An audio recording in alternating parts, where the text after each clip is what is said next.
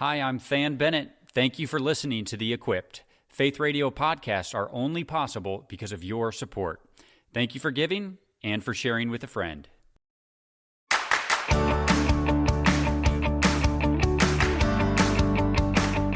Standing in awe and surrounded by goodness. Hey everyone, I'm Thann Bennett. Welcome into The Equipped, and I really hope those are two concepts that we can collectively stand on together this week. Standing in awe and surrounded by goodness. I just want to give you a disclaimer right at the beginning of the broadcast today. Those are two concepts that we are going to need in this conversation, because when we turn our attention to headline news, there are two stories involved that are really difficult ones. And in fact, I want to give a little bit of a disclaimer, an advance warning for those of you who are listening with young ears. We're going to discuss these two stories in a family-friendly way, so it's going to be in a way that I think you will find acceptable for all listeners. But I do want you to be aware that these are difficult concepts. So if you are a reader of The Equipped, which of course you can find at theequippednewsletter.com, or a listener to this broadcast, we are going to be careful about the way we discuss these stories, but they are very difficult concepts, and I want you to have that forewarning in advance of those conversations. I also want you to be very intentional about leaning into the true this week and about posturing yourself at the end of our discussion in the beautiful. When we come to that segment at the end of the broadcast, we're going to be talking about being surrounded by goodness. And the image that my wife has provided for the beautiful portion of the newsletter and for the beautiful portion of the broadcast really will bring a smile to your face, because there is something that she does with some of these images where there's something that looks out of place. And in this case, there is something that looks out of place, and that thing, I'll leave it for you to discover at theequippednewsletter.com, but that thing is surrounded by goodness. And so I think it's going to be a beautiful place to land. I think it will be a necessary place to land after we discuss some difficult stories today. And by the way, if you're new to the broadcast, welcome. This is something that we do on a regular basis. We consider difficult headline stories. We do that together as Jesus followers, but we only do it when we bracket it between consideration of the true and the beautiful. That's our interpretation of this command that we find, this invitation that we find in Philippians 4:8 to focus our mind on things that are lovely and pure and good and true.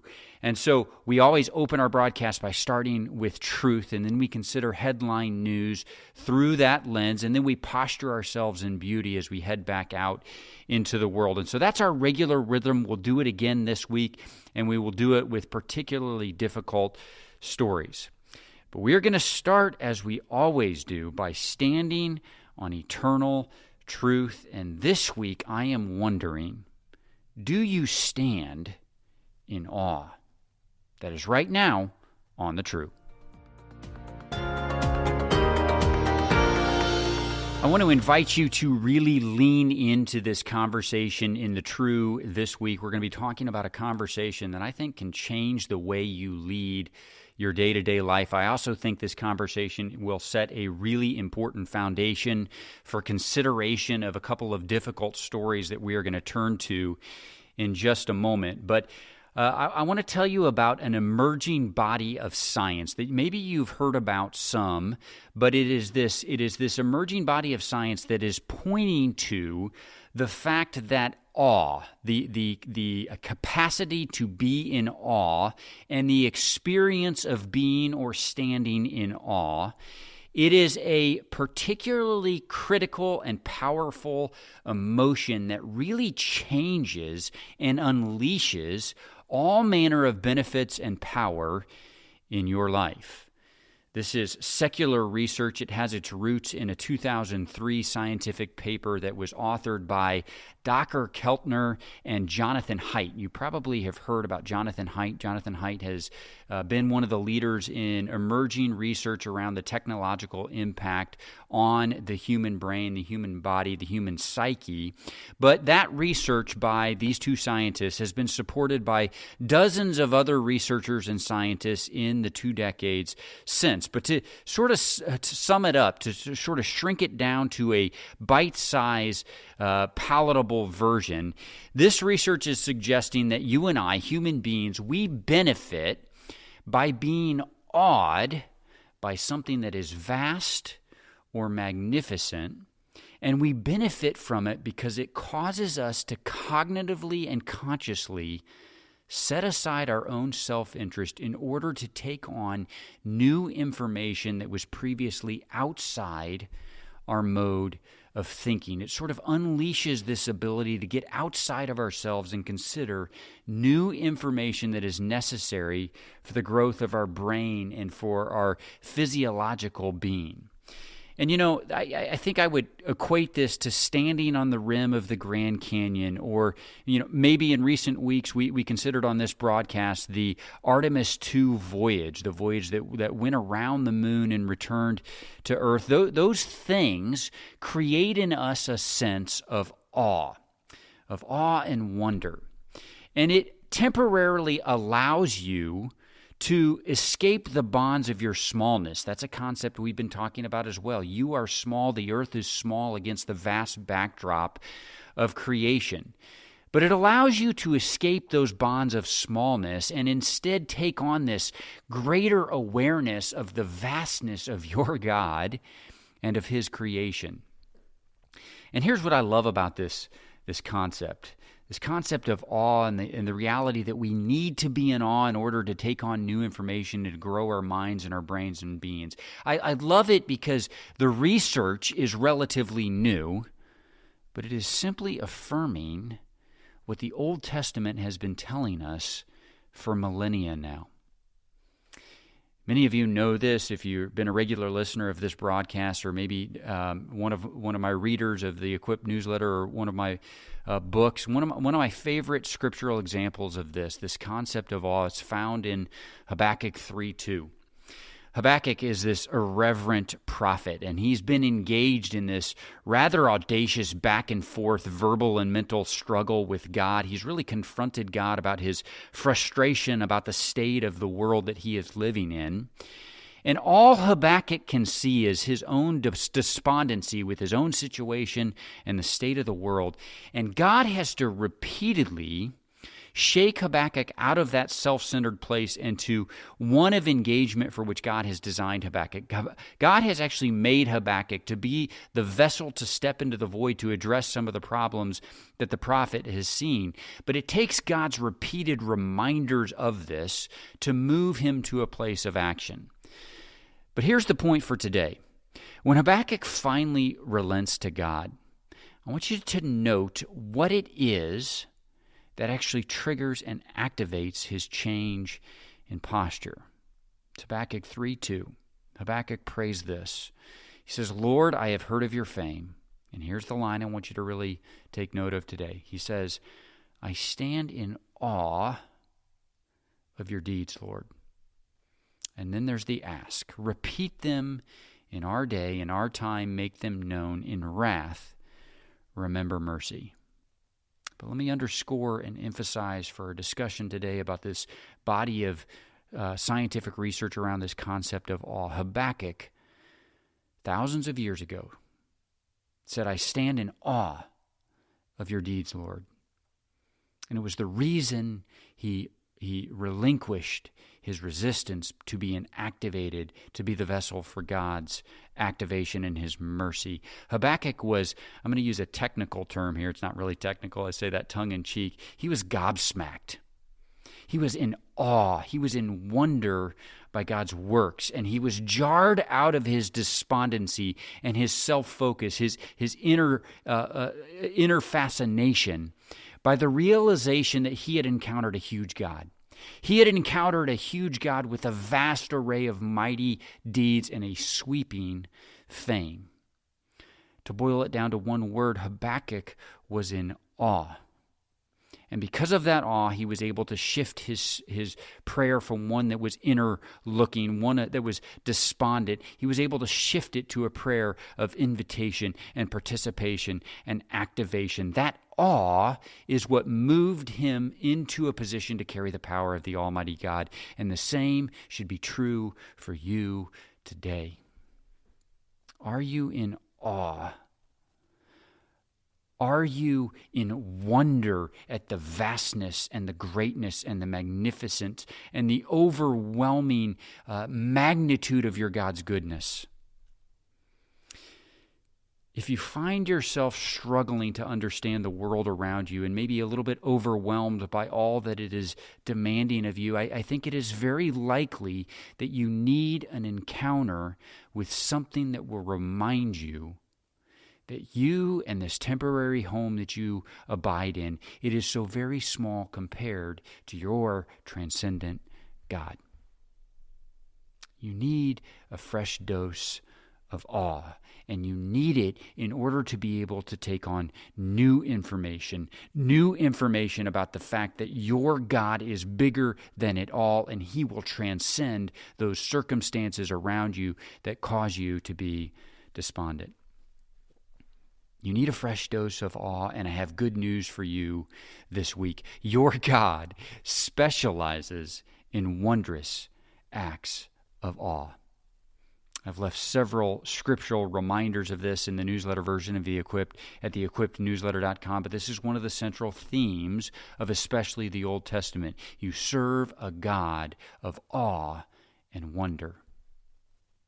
I want to invite you this week, tell God that you have heard of His mighty deeds. You stand in awe of His mighty deeds.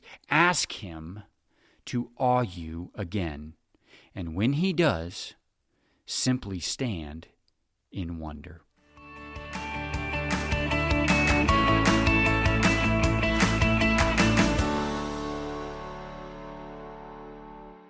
Hi, Faith Radio family. Thann Bennett here with a special invitation for you. So much in our world today is screaming for us to be consumed by fear and division and brokenness. But the promise of the gospel means that our foundation is secure. We should live not from a place of fear, but instead our lives should be marked with power and with love and with sound minds. And so every week I'm sending out the Equipped newsletter. Every issue opens with truth from God's Word. From that vantage point of truth, we look at a handful of current events in our world. We do it not to simply consume information, but we do it looking for opportunities for the gospel of Jesus Christ to inject love and healing and redemption into those who need it. We close every issue with a simple reminder of something that is beautiful in our world. I want to invite you to join our community. You can sign up at theequippednewsletter.com. That'll trigger an email back to you. Just click to confirm. Again, it's theequippednewsletter.com. I'll see you there.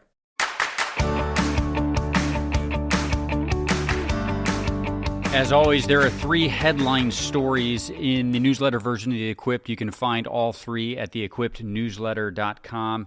However, we're only going to discuss 2 of those on this broadcast version of The Equipped because I want to spend just a little bit more time on each of these 2. And again, just a word of caution. We're going to discuss each of these stories in very family-friendly terms.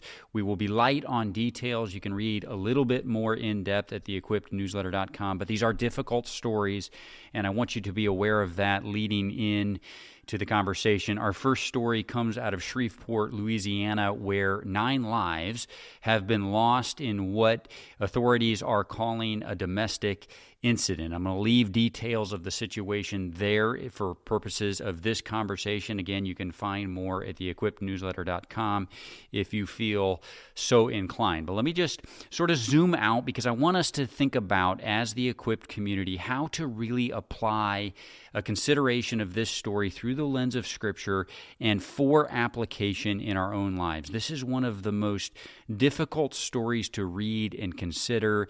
And to be honest with you, it's stories like this one, combined with the body of research that suggests that God designed our brains really to be exercised and lived, and our bodies to be lived in small, tight-knit communities. Those 2 things have caused me to conclude that each of us should really be very carefully monitoring and in many, many cases for us, restricting the amount of, quote, news that we consume. This is one of the reasons that we do the Equipped newsletter each week, is to not only to encourage you to change the way that you consume news, but also to change the volume at which you consume it.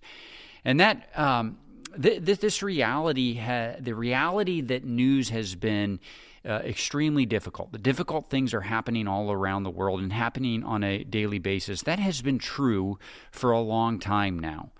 But what has changed recently is that you are now able to be aware of nearly all of it nearly instantly. When something like this incident in Shreveport happens, you know about it almost instantly, and it combines with many, many other difficult stories throughout the course of your day, and the result is a huge deluge of heavy stimuli entering your brain, and it has also created an entire news industry that profits from searching out the very worst stories and using them to keep you engaged and coming back for more. Those things combine together in a recipe for disaster, and there is a better way for you as a Jesus follower, and that is the way that we are putting forward with this broadcast and in the pages of the Equipped newsletter. That better way involves choosing the true. It involves choosing the noble. It involves choosing the beautiful. That, of course, is our articulation of Philippians 4:8. And Philippians 4:8 is a reminder of where you should put your focus, and it is a reminder that you are responsible for that focus. And so when a story like this one out of Shreveport makes its way into your awareness, you should absolutely hit your knees and pray. Pray that God, that you would pour out your mercy, pour out your healing on this hurting family and this hurting community. Surround them with your unfailing love. We absolutely lift the community of Shreveport up in prayer. But I also think you should pay particularly close attention to what is local to you. If you are in the Shreveport community, you should absolutely search out ways to tangibly support your neighbors in their time of need.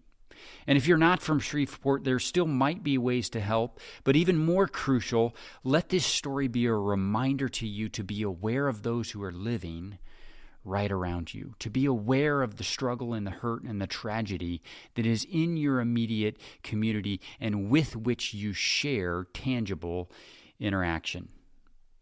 You do have access to stories from every corner of the globe, but let's not be overwhelmed and distracted from the ones that are playing out on our own street, because those are the ones that we can tangibly impact.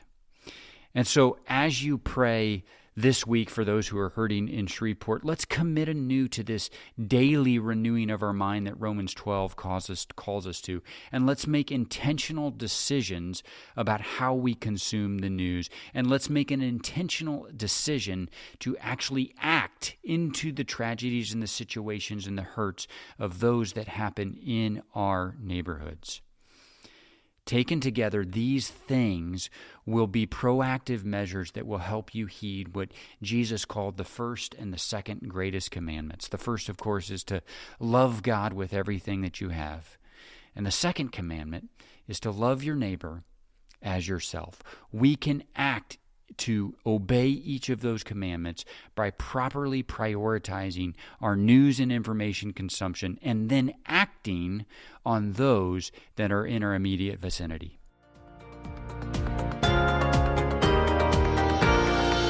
Justin Fairfax, who is the former Lieutenant Governor of Virginia, and his wife are both tragically dead. It is our second story and final story of the week here on The Equipped, and we are going to leave the details of this circumstance, which is also a domestic incident, there for purposes of this broadcast discussion. If you want to read a little bit more in depth, you can find that at theequippednewsletter.com. But this is our second very intensely difficult story in a row.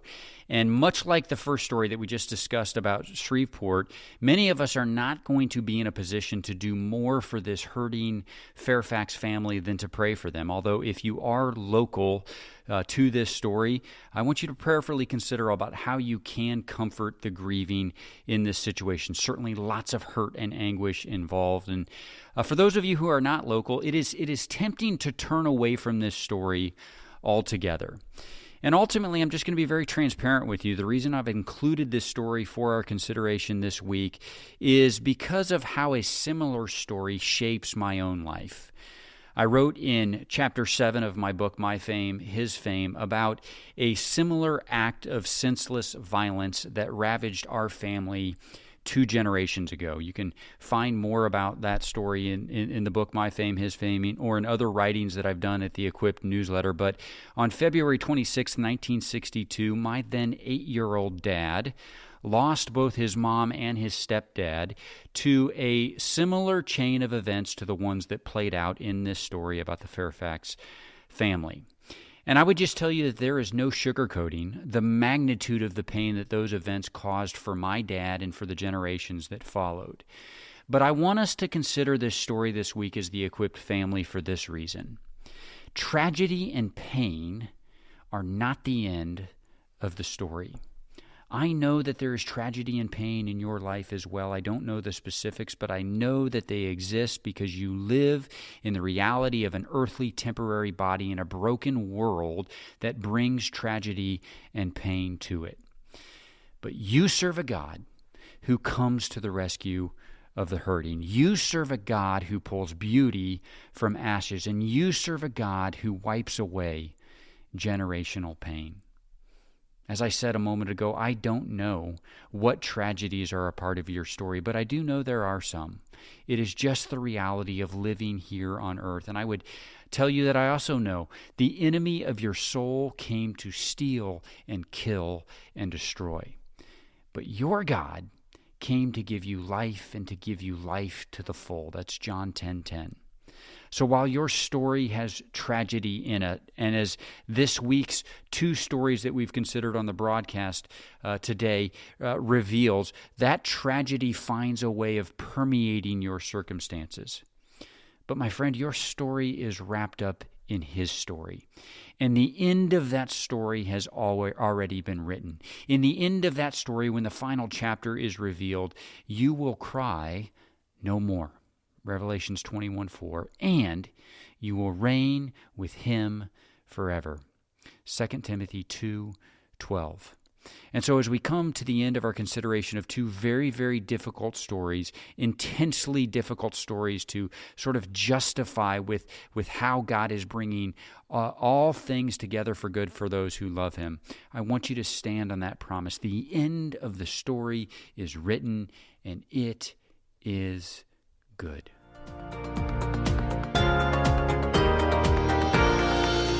It's time for the beautiful, and it is so good to land on beauty. I know these were heavy stories this week, my friend. This is the reality of our world. But we serve a God who continually infuses beauty into our world to lift our spirits and to remind Him that He is beautiful and that He is good. If you are new to this broadcast, I want to remind you or let you know that my wife, Brooke, always provides an image that accompanies this segment of the broadcast. You can find that image at theequippednewsletter.com. Scroll to the bottom. Most people start there when they read the newsletter. Scroll to the bottom, take in this image. And one of the things that Brooke does in many of these images is that she provides beauty and a bit of humor by including something in these images that is just a bit out of place. Sometimes it is so small that you don't notice it at first. This might be one of those instances, but as you look at that image, I want to know if you see it. Do you see the thing that is just a little out of place in all of the beauty? Normally, I don't give spoilers. Normally, I ask you to look up the image for yourself. But for those of you who aren't able to, I want to tell you, it's a frog in this image surrounded by beauty. And I so often feel like this frog. I feel like I'm surrounded by these giant obstacles, these giant sticky situations. And I often neglect to realize that it is actually that I am surrounded by God's goodness. This week, as we leave this consideration of very difficult stories, perhaps you are in the same situation. Perhaps you know that you're surrounded by obstacles, but maybe those obstacles are actually God's abundance for you. Maybe they're His abundance in the form of beauty and just plain old goodness. Psalm 23:6 says, "Surely your goodness and love will follow me all the days of my life, and I will dwell in the house of the Lord forever. I'm Thann Bennett. This is The Equipped, and I will talk to you again next week.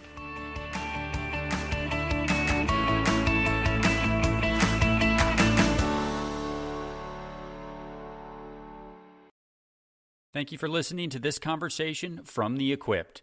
These conversations are available because of your support. Become a supporter now at myfaithradio.com. And please subscribe to the podcast so you don't miss any episodes, and share it with friends so together we can stay informed and be equipped to serve.